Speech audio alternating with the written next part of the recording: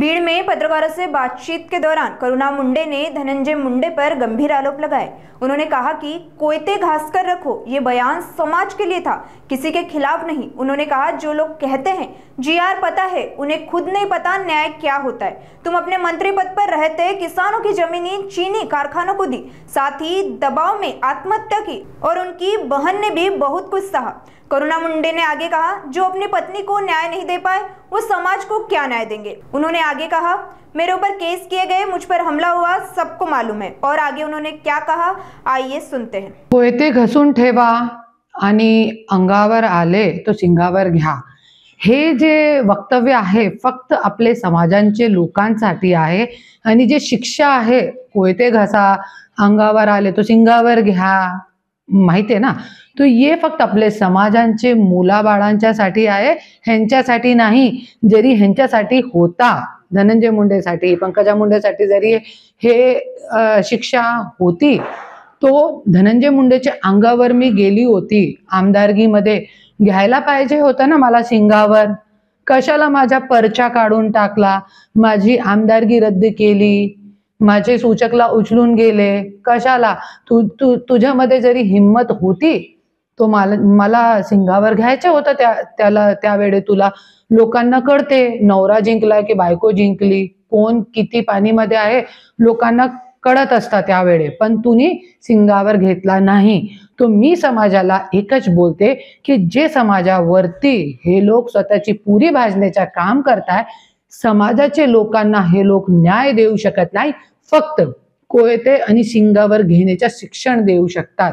आणि कोणते समाजाच्या आज समाजाचे नावावर जातीपातीमध्ये तेढ निर्माण करून हे लोकांनी स्वतःची राजकीय पुरिया भाजून आज गेले 50 वर्षापासून हे लोक राज करत आहे, पण आपले समाजाचे लोकांना आणि कोणत्याही समाजाचे लोकांना न्याय भेटत नाही। पंगेश्वर कारखाना, वैद्यनाथ कारखाना, मुंगी कारखाना, इतके मोठे मोठे कारखान्यामध्ये जे मुंडे साहेबांनी आपले समाजाच्यासाठी लोकांच्यासाठी उभा केले होते, त्याच्यामध्ये ते सगळे कारखान्यामध्ये सगळे वंजारी लोक आहे। तरी पण आज न विचारता ज्या लोकांनी आपली 1 एकर आधी एकर जमीन ज्यांच्याकडे होती त्यांनी सगळ्यांनी दिली। आणि त्याच्यामध्ये आज हे लोक म्हणतात ताटाच्या आमचे ताटाच्या घेऊ नका। अरे तुम्ही तो समाजाच्या नावावर राजकारण करताय, जिंकले नंतर तुम्ही मोठे असताना, मोठे झाल्यानंतर, मंत्री झाल्यानंतर तुम्ही लोकांचे ताट सुद्धा, स्वतःचे समाजाचे ताट सुद्धा तुम्ही खिचून ठेवताय आणि ताट सुद्धा समाजाकडे घेऊ देत नाही। जसे आज पंगेश्वर कारखाना, वैद्यनाथ कारखाना, मुंगी कारखाना सगळेमध्ये तुम्ही वंजारी समाजाचे लोकांची तुम्ही जमीन खाल्ली आहे। त्यांना न विचारता त्यांचे पैसे थकलेले आहेत, 40 कोटी थकलेले आहे। अरे तुमच्यासाठी 40 कोटी काय आहे? काहीच नाही। तुम्ही नाचणारी गाणारी महिलांना तुम्ही 20 कोटीचे डान्सिंग स्टुडिओ करून दिलेले आहे। आणि कारखान्यामध्ये तुम्ही ज्यांनी मुंडे साहेबांवरती विश्वास ठेवून आपले समाजांचे लोक ज्यांनी कारखान्यामध्ये जमीन दिली त्याचे तुम्ही खाऊन ठेवली आणि तुम्ही समाजाची गोष्ट करता, मोठं ओरडून भाषण करताय, कशाला? आता जोपर्यंत मी आहे आपल्या समाजाचं खच्चीकरण मी होऊ देणार नाही। हीच आज राजकारणमध्ये जे वारसा असते ना ते विचारांचे असते, जे मी घेऊन चालते। मुंडे साहेबांचे विचार होते कोणतेही समाजावरती अत्याचार होऊ नये, त्या विचार घेऊन मी चालत आहे। आणि मी एक और बोलते की जैसे धनंजय मुंडेंनी सांगितला जीआर करते का? अरे धनंजय मुंडे, तुला जे शपथपत्र असते निवडणुकीच्या ते करते का? सगळी खोटी माहिती दिलेली आहे। कोर्टामध्ये मला जावं लागलं, मुलगा मुलगीचं नाव आहे, बायकोच्या नाही। आसमानकडून आणले का तुम्ही मुलगा मुलगी? कुठून आणले? आणि हे म्हणताय की समाजाचे लोकांना आम्ही न्याय देणार सिंगावर घेऊन। अरे कशाचा न्याय देणार तुम्ही? संगीन डिगोले, काका गर्जे, आणखीन खूप काही आहे, बापू आंधळे, भगीरथ बियाणी, संतोष देशमुख आणि स्वतः माझी आई मनोरमा शर्मा, माझ्यासोबत जे व्यक्ती आला होता परलीमध्ये माझी गाडीमध्ये रिव्हॉल्वर ठेवताना जे माझा बॉडीगार्ड होता अरुण मोरे, हे सगळे लोकांचे मर्डर कोणी केले हे सगळी गोष्टीवरती जरी प्रकाश टाकला आणि विचार केला आणि रेणू शर्मा आज 2-2 बायकाला प्रेग्नेंट करून आज स्वतःची सालीवर घाण नजर ठेवणारा, बलात्कार करणारा आज समाजाचा नेतृत्व करत आहे की आज हे लोक काय करणार. आज किती लोकांना जेलमध्ये टाकला. स्वतःची बायकोला जे न्याय देऊ शकत नाही, आज समाजाला, महाराष्ट्राची जनताला, कोणत्याही समाजाचा असो, काय न्याय देणार. असे घाणेरडे लोकांना जरी आम्ही निवडून दिले तो आज 70 वर्ष महाराष्ट्र मागे आहे, भारत पण मागे आहे. असंच चालत राहणार आणि कधीही आपले मुलाबाळांना चांगला शिक्षण, न्याय कधीही भेटणार नाही. शेतकरी कधीही सशक्त होणार नाही. मी इतकंही म्हणते. आणि टाटाच्या जे आहे, तुम्ही पहिले वैद्यनाथ कारखान्याचे आणि पंगेश्वर कारखान्याचे, मुंगी कारखान्याचे लोकांची जमीन द्या. त्यावेळे तुम्ही टाटाचे जेवणसाठी तुम्ही लढा लोकांचे.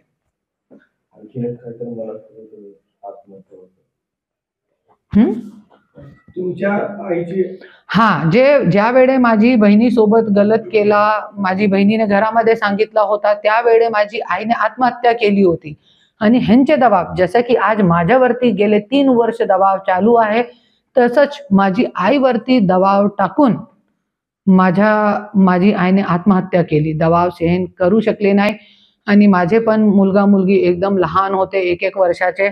त्याच्यासाठी मी पण जास्त तोंड उघडलं नाही. आणि मला पण 2021-22 पर्यंत ज्या वेळे माझी बहिणीने स्वतः कबुली केली नाही की हा असं आहे, तो वेळेपर्यंत मी हे गोष्टीवरती लक्ष दिला नाही.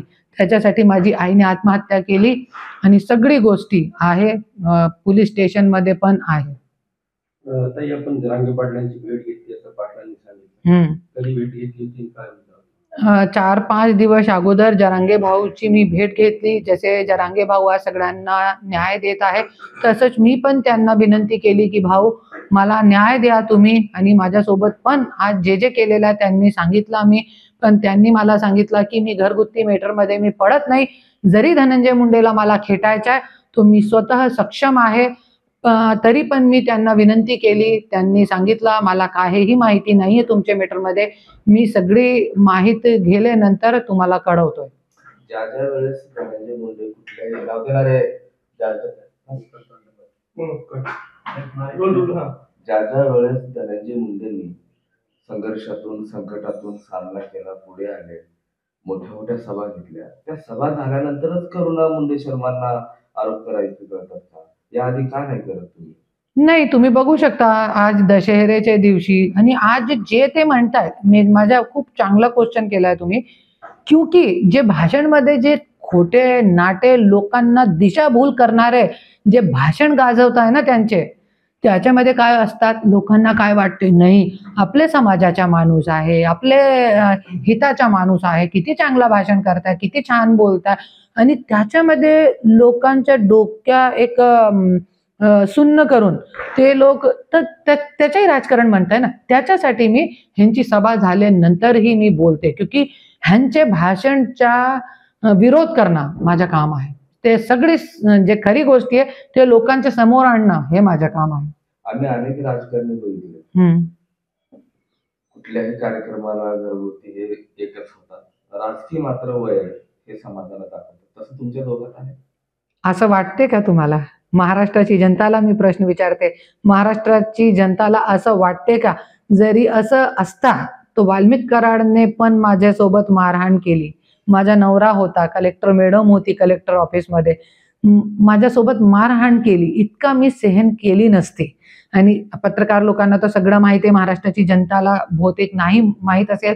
ज्या वेळे गेले अगोदर 3 वर्ष अगोदर ज्या वेळे मी बीडमध्ये आली होती लढा उभारण्यासाठी आपल्या हक्काच्या, त्यावेळे माझ्यावरती 1 दिवसामध्ये नांदेड, उस्मानाबाद, लातूर, परली केस, वेगळे वेगळे ठिकाणी 1 दिवसामध्ये 6 केस केले होते, 6 केस. तरी पण मी थकली नाही आणि मी लढाला मंजूर केला आणि मी पुढे गेले. एक चर्चा अशी होती की करुणा मुंडे शर्माच्या पाठीमागे कोण आहे? करुणा मुंडे शर्माचे पाठीमागे सगळ्यांची मोठी सत्ता आहे, परमेश्वरची, भगवानची. आपण जर पाहिलं तर गेल्या काही दिवसापासून तुम्ही सातत्यानं तुमच्या बहिणीचा देखील उल्लेख केला, त्यांच्यावर देखील अन्याय झाला, त्यांच्यासाठी तुम्ही न्याय मागता, परंतु त्या मात्र पुढे दिसत नाही. काय काय न्याय मागणार? त्या काय करणार? ती मुंबई सोडून इंदोरमध्ये गेली, इंदोरमध्ये शिफ्ट झाली, इतका दबाव तिच्यावरती पण असे गुंडे सोडले होते 500-600 ज्यावेळी तिने हे केला होता. आणि तेच गोष्टीसाठी मी जरांगे भाऊकडे गेली होती, क्योंकि जरी त्याच्या पाठीमागे जरी कोणता सपोर्ट आला तो सगळी गोष्टी ती पण येऊन बोलते आणि ती पण ते जे बलात्कारचा केस होता ती परत उघडते, परत उघडू शकते ती. पण कोणता सपोर्ट पाहिजे ना आपल्याला. माझ्यामध्ये ताकद आहे, माझ्याकडे देव आहे, त्यांचे विश्वास, आज देवचे विश्वासवर मी लढत आहे, पण तिच्याकडे इतकी ताकद नाहीये, तिच्याकडे इतका डोक्या नाहीये. ती म्हणतीये की नाही, माझ्याकडे कोणत्याही पाठबळ नाहीये, सपोर्ट नाहीये. सगळ्यांनी ज्यावेळेस तिने केस केला होता, सगळ्यांनी त्यांनी कॉल करून, मोठ्या मोठ्या नेता लोकांनी कॉल करून तिने सपोर्ट मागितला होता, पण कोणीही दिला नाही. क्योंकि हे सगळे सारखे आहे. फक्त ज्यावेळेस निवडणूक येते त्यावेळेस हे लोकांना ओबीसी आणि मराठा, हिंदू आणि मुस्लिम दिसते. त्यानंतर हे लोकांच्या काम झाल्यानंतर स्वतःच्या समाजावर अन्याय करतात. आणि आज गोपीचंद पडळकर म्हणताय की जिहादी लोक तुमचे जे आपले मुलगी आहे, तर जिहादी लोक आपले मुलगीच्या जिम मध्ये नाही असले पाहिजे. अरे जिहादी लोकांचे सोबत तर तुमचे सीएम साहेबांची बायको नाचत आहे, त्याचा तुम्ही कधीही विरोध करत नाही. सीएम साहेबांची बायको कशाला तुम्ही नाचते गाते मुस्लिम लोकांच्या सोबत. पण ज्यावेळी निवडणूक येते तुम्ही फक्त जे मतदाता राजा आहे ना, त्यांची बहिणी, त्यांची बायको, त्यांच्यावरती तुमच्या लक्ष असतात आणि त्यांनाही तुम्ही गाईड करतात. हे सगळं चालू देणार नाही मी. आणि ते संग्राम जगतापनी पण सांगितलेलं आहे की तुम्ही हिंदूचे मुस्लिमचे दुकानावरती खरेदी करू नका. अरे तुम्ही आम्हाला काय सांगताय? लोकांना तुम्ही काय शिक्षण देताय? तुम्ही ते नसीहत देताय की तुम्ही इकडे खरेदी करा, तिकडे खरेदी करू नका. तुम्ही जे 400 कोटीच्या घोटाळा केलेला आहे त्याच्यामध्ये हिंदू, मुस्लिम, शीख, ईसाई, वंजारी, ओबीसी सगळ्यांचे पैसे असते. त्या तुम्ही आम्हाला दाखवा ना 400 कोटी कुठे गेले. आणि आज छगन भुजबळ साहेब पण आज मोठे मोठे भाषण करताय. अरे 3 वर्ष तुम्ही जेलमध्ये राहून काय समाजाचं नेतृत्व करताय मला तर कळत नाही. आणि असे लोक 3-3 वर्ष हजारो कोटीच्या घोटाळा करणारे लोक जरी ह्यांनी नेतृत्व केला समाजाच्या, तो आपल्या मुलाबाळांच्या काय असणार आहे? जिथे आपण आहोत तिथे पण आपण असणार नाही. मी जे जनता ठरेल ते मी होणार. आता मी काय ठरलेला नाहीये. आता मला तो फक्त लोकांना हे आईना दाखवायचा आहे की ज्या लोकांना तुम्ही निवडून देता. आणि आता जे जिल्हा परिषद, पंचायत समिती, जसं धनंजय मुंडेंनी काल सांगितलं की स्थानिक निवडणूक आहे, ते आता पेरणीची वेळ आहे. आपला मराठवाडा, आपला महाराष्ट्र पूर्ण शेतकरी लोकांवर चालणारा आहे, तरी पण शेतकरी सशक्त नाहीये. तो आता जे राजकीय पेरणीची वेळ आहे. आणि तुम्ही जसं सांगितलं ना की तुम्ही सभा नंतरही करुणा मुंडेला कशा जागा येते, क्योंकि आपल्याला जागवायचं आहे ना, लोकांना जागवायचं. आता पेरणीची वेळ आहे.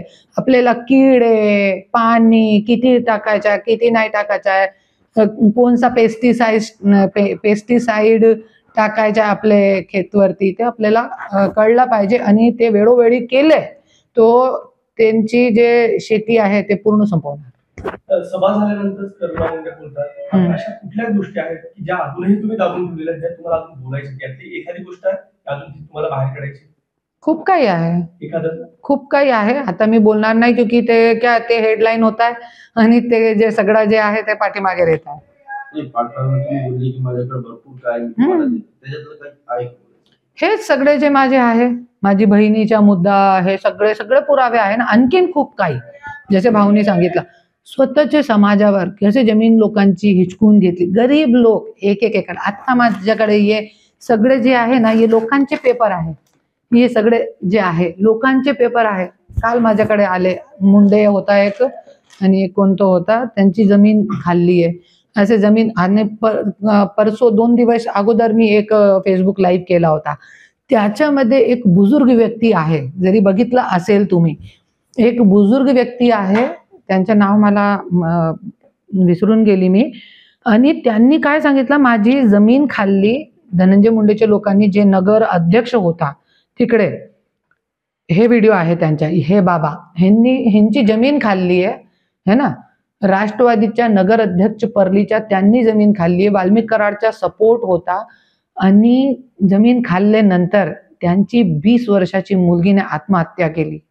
मुलगा शराब पिऊन असा बेजार झाला, कसं तरी करून शराब मधून काढलं हे बाबांनी. मतलब ह्यांना ज्या वेळे माझ्यासमोर बोलत होते त्यांना सूद पण नाही होती. जरी समोर बघितलं असे लोकांची अवस्था खूप खूप वाईट आहे बीडमध्ये. मतलब एक बघण्यासारखी नाहीच आहे. समाजावरती इतका अन्याय अत्याचार. हे लोक परलीचे आहेत जे आज माझ्याकडे येत आहे आणि कुठे फेडणार. मी तो एकच बोलते, हे राजकारण, हे सत्ता, हे सगळी फक्त इथे आहे. हे बाबा, ह्यांना सूद नाही होती. ह्यांची फक्त एकच जमीन होती, आज इकडे तिकडे फिरत आहे. ह्यांच्याकडे पैसे सुद्धा नाहीये केस लड़ण्यासाठी. केस लड़ने के लिए पैसे नहीं है, मैंने वकील दिया इनको. तो आज आणि ह्यांच्या व्हिडिओ बघून और लोक आले. असे खूप काही गोष्टी आहेत आणि मी समाजाला हेच सांगू इच्छिते आणि हेच मला दाखवायचं आहे की ज्याला धनंजय मुंडे असो किंवा छगन भुजबळ असो, कोणी पण असो, तुम्ही स्थानिक चुनाव आहे तो तुम्ही नाली, रस्ते, बिजली, पाणी, जे पूर्ण बीड मध्ये जे कचरा पसरलेला आहे त्याच्यावरती तुम्ही लक्ष द्या ना. त्या मुद्दे घेऊन तुम्ही कशाला नाही चालताय. क्योंकि धनंजय मुंडेचा असा मन आहे की मुद्दे आणि मुर्दे राजकारणमध्ये जिवंत ठेवावं लागते. आणि एक और गोष्ट, जसे धनंजय मुंडेंनी सांगितलेलं आहे की माझी आई बहिणीवर गेले. अरे जरांगे भाऊ आई बहिणीवर नाही गेले. तू एक म्हणत होता मला, नथा मतलब ऐसे लोगों से बात करते थे मेरे सामने घर में जब थे, नथ मधून वार करू नका. तो नथ मध्ये वार करणारा तूच एक आहे. ज्या ज्या महिला तुझ्याकडे न्यायासाठी गेली त्यांच्या तू काय काय खच्चीकरण केलेला आता लोकांच्या समोर आला नाहीये. एक शेवटचा प्रश्न आहे. ते बोलतायत, तुम्ही बोलतायत, त्याच्याने बातम्यांच्या हेडलाईन्स होतात, मात्र याचा अंत नेमका शेवट कसा असणार आहे, अशा कुठल्या गोष्टी? असे अंत कधीही होणार नाही. क्योंकि जोपर्यंत धनंजय मुंडे सारखे लोक कोणी असू द्या, मी सगळ्यांचा विरोध करते, फक्त धनंजय मुंडेचा नाही, तो जोपर्यंत असे घाणेरडे लोक राजकारणामध्ये आहे तोपर्यंत मी विरोध करत राहणार.